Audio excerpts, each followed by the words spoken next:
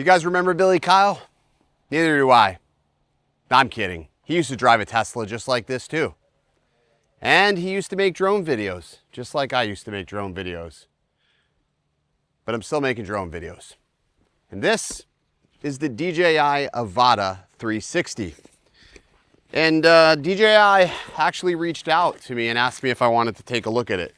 So unlike Russ from 51 Drones, I can't say this is not sponsored because they did send this to me to take a look at. But just as always, I get to say whatever the fuck I want. And quite honestly, I'll be completely real.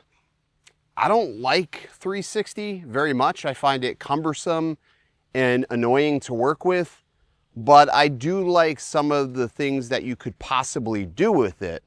With that being said, it is a little bit windy. This will be the first time that I'm flying it. And I did decide that we'll test it out over the water because, you know, that's what you do with the drone when you first get it and you don't know what it's capable of doing. You fly it out over the water and hope for the best. All right, let's get fucking started. All right, so here it is. This is it, the Avata 360. Similar shape, similar design to that of the Avata 2, although I do think that this one is a bit thinner. We take this little shield off. It has two lenses, obviously, because it is 360. That's the whole reason why it is called 360. It has built-in internal storage, battery, a little bit thinner of a battery. I feel like it's sort of lost its way from the original Avata that was very FPV. This is very Mavic with the design. But anyways, we're gonna go ahead and just try to get this out here and fly. This is also the first time that they've ever shipped an Avata with the RC2. So the Avata 2 and the original Avata, you had to use FPV goggles, and the FPV RC, this ships with an RC2. So it really makes it capable for anybody. You don't have to be somebody that flies FPV. All right, let's put this back on here. It's cool. All right, so in the bag with the Fly More combo, you're gonna get the RC2. I'm gonna go ahead and boot this up right now. Very familiar RC if you have an Air 2, Air 2S, etc. You'll feel right at home if you don't like FPV. Comes with 3 batteries. I'm gonna go ahead and swap one of the batteries out.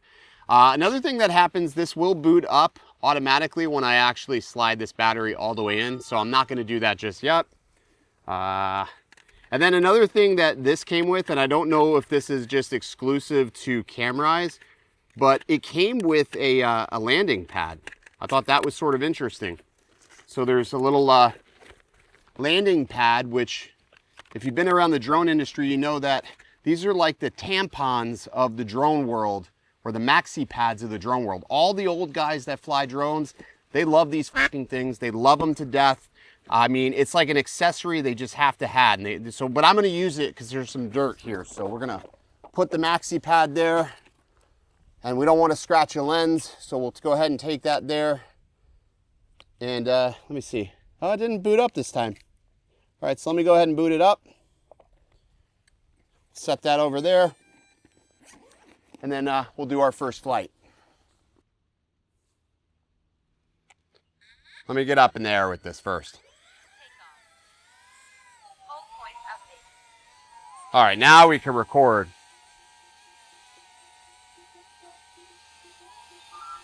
All right, now I'm recording. Woo, wind is ripping. All right, and we're off.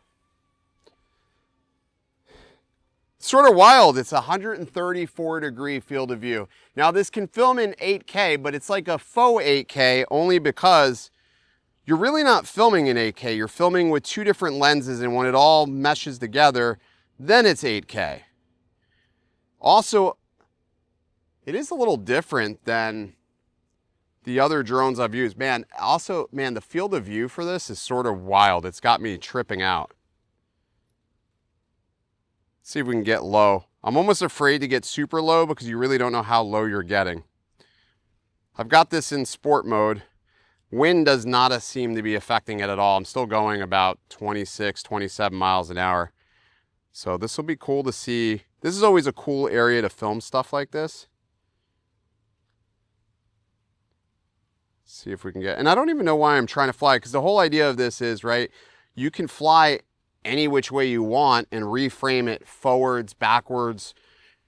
I will say this is really flying great. You can see how windy it is, and you may even be able to hear how windy it is, but it just seems like it flies great and it's not getting blown around. Now the gimbal is only a 2-axis, or actually it's really only a single axis. It only tilts upwards and downwards. So all the stabilization that's happening in this camera is happening internally. Oh, there's a plane up there. Maybe I could capture that plane. That would be pretty cool to see that. We're at about 82%. This is a fresh battery. We've been flying for what feels like about 2 minutes.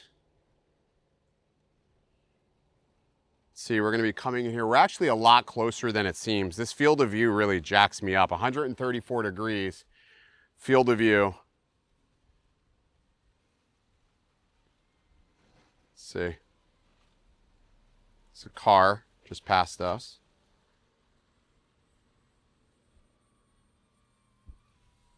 Let's see if we can track this car. Oh, they're stopping there. Okay, never mind. We're not going to try. All right, let's continue on our journey to the great unknown. No, it flies pretty good. It's just as loud as the Avata 2, I would say, but has more characteristics to that of a Mavic. So we're at 75% battery. Obviously the battery life on this is not going to be as great. It'll also be interesting to see how this does with the stitching for the 360, because sometimes when you're out here and the sun's out here, I've noticed, like, at least on the A1 from anti-gravity, the sun plays like a strange role in the way it stitches together the footage. There is obstacle avoidance, like I said, at least to the front. We'll see if that works. I'm assuming I'm pretty close to this island here. I'm about 40 feet. I'll start increasing altitude.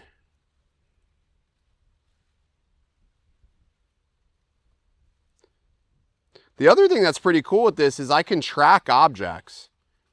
Like with the Avata, you couldn't track objects. The Avata 2, you couldn't track an object. Now, I haven't done that in this flight, but I've seen where you can track a subject, which I think is pretty cool. So we're about 72 feet.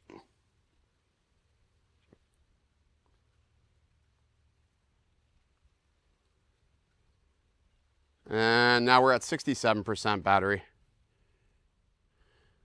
Image quality looks good. In my opinion, I think the image quality looks better than the image quality out of the anti-gravity, but that's just maybe me being biased.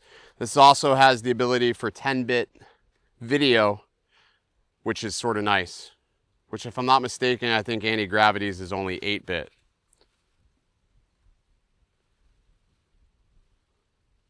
I'm definitely going to have to turn the sharpening down on this because, man, it is like, it looks super sharp even on the screen here.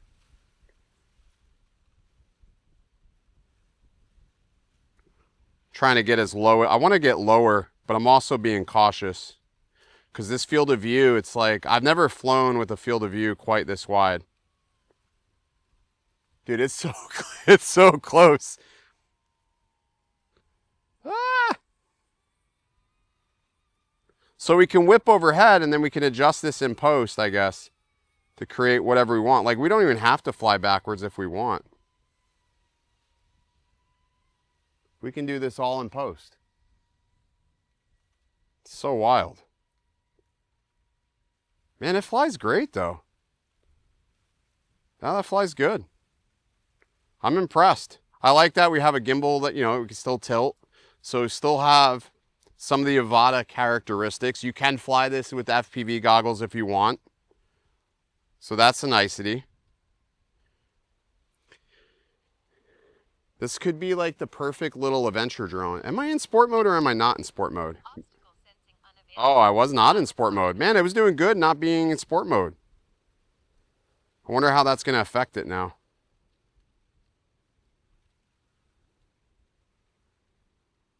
It's so weird flying one of these like more like just a normal drone. This field of view is just tripping me the freak out.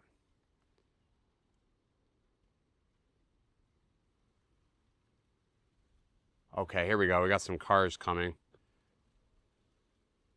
I just want to see how fast this is in comparison to the traffic. And I guess the tilt angle really doesn't affect the traffic, or I mean the speed. Fuck the traffic. What am I talking about? All right, here we go.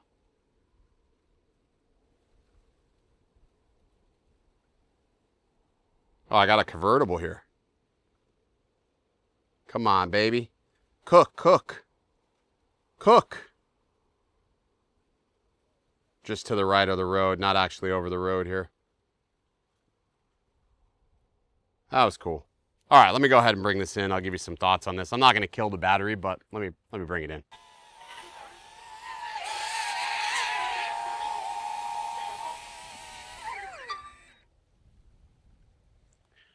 I will say this is one drone I definitely encourage hand catching just because of these crazy sensors here in the front. If you scratch one of these, that is going to suck.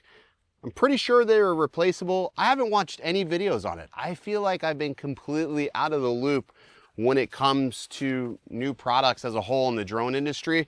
But it's quiet, it's fast.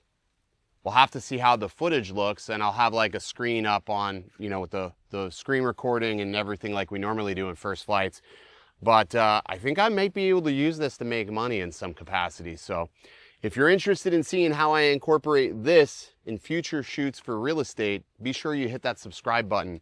And if you have any questions about this drone, this is really unique, and this is probably the last drone we're gonna see from DJI in the country for quite a while, at least legally. Sort of sucks. This is really a bittersweet video for me, but I'm excited nonetheless, and I'm happy to be back flying and creating some content. All right, I'm gonna get back to it. I'm really curious to see how this footage looks. I'll see you in the next one. Stay original.